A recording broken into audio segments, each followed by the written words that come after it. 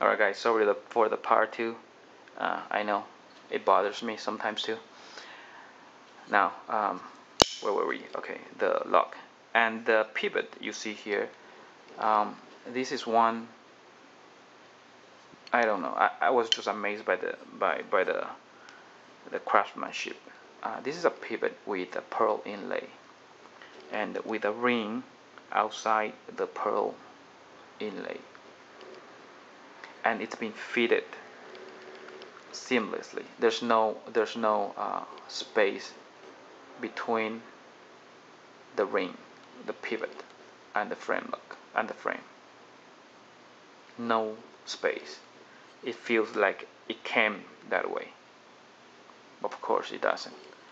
And the other side of the pivot is where you use this tool to clean the blade, and this tool is made also really nice, blasted titanium with two rings there, polished ring, and it moves around so you can twist it. That pivot is also custom made, and just look how cool it is, and how, I mean, it's just, you see no space between the pivot, absolutely clean. The handle is hand rubbed on the side and blasted on the edges. Mr. Cook has another finish which is blasted on the side and hand rubbed on the edges, but I prefer this type because it just makes the knife looks classier, and I don't know, it makes it look a little bit more expensive. Okay, and that's a really good hand rub. I don't know how he does it. Um, it's just so shiny and and it's not easy to scratch because I have been handling this knife, and it just stays that way. The shiny is just, it's really cool. The blasted part is also really fine. It's not like let's say a Chris Reeves Sevenza, which is a little bit rougher. On this one, it's just really smooth. You feel the blast, but it's just smooth.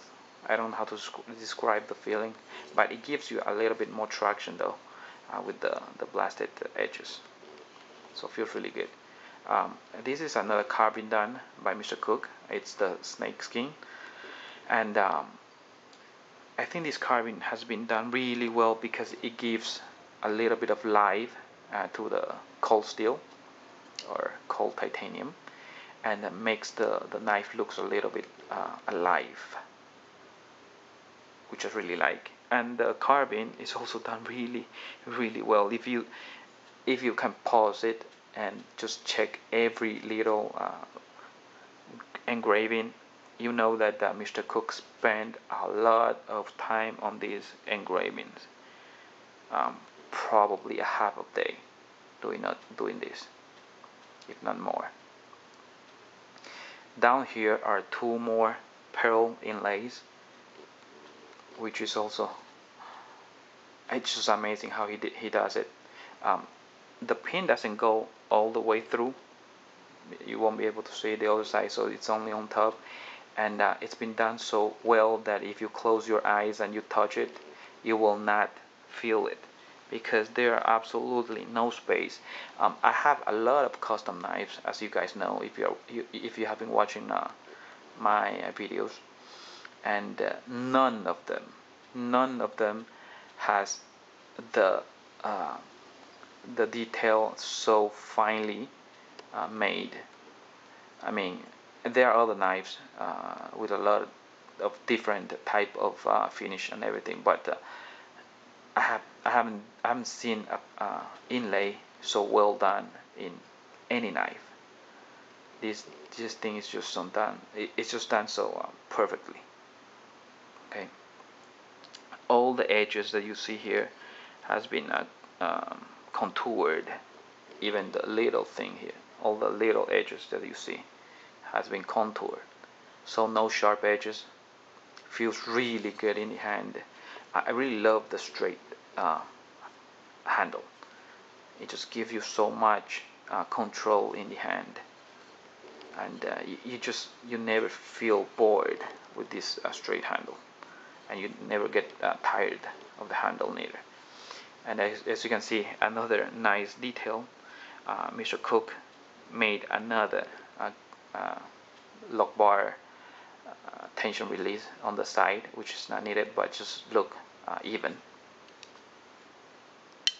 Okay, and he made 3 grooves instead of 2 or 1, perfectly centered. Oh, and I love the sound when it closes. I don't know, it has that metallic sound that the other knife the other knives don't have, because other knife they have the backspacer or the standoff, so when you close it, it doesn't have that echo, but this one has. And there's an engraving here also, SC Scott Cook. And as you can see, this is a lanyard, leather lanyard made by Mr. Cook also. Really nice, really soft, and it's also been put together really well. The lanyard hole that you see, if you notice some shining, yep, it's been polished around it. That's another detail. The clip is really good. You might think that it will stick into your hand, but it will not. It doesn't. I have tried to grip it really tight, but it just doesn't bug my hand. So it's done nicely. 3 screws makes the clip stay where it has to stay really well. It's been blasted, and on the side polished. And if you have noticed that there's different slopes here. How to say, the clip has a switch, you know, so it looks really nice on the side. Just little details that Mr. Cook does it. You know, if you can see the reflection, see the nice switch on the side. Okay, overall, this is the best titanium frame lock knife that I have ever owned, and I know why now. The Lochsa is one of those knives that everybody's been looking for, been searching for. If you guys have any chance, even a slightest chance of getting into the order book or buying it aftermarket, do it, because knife like this will never lose value. It will just keep going up and going up and going up. Okay, and on top of that, it's just one awesome knife. It's a user knife, of course. As a 3.625 inches long blade, it's perfect. It's not too long, not too short, and of course, if you want to use it for a tactical defensive role, it works also.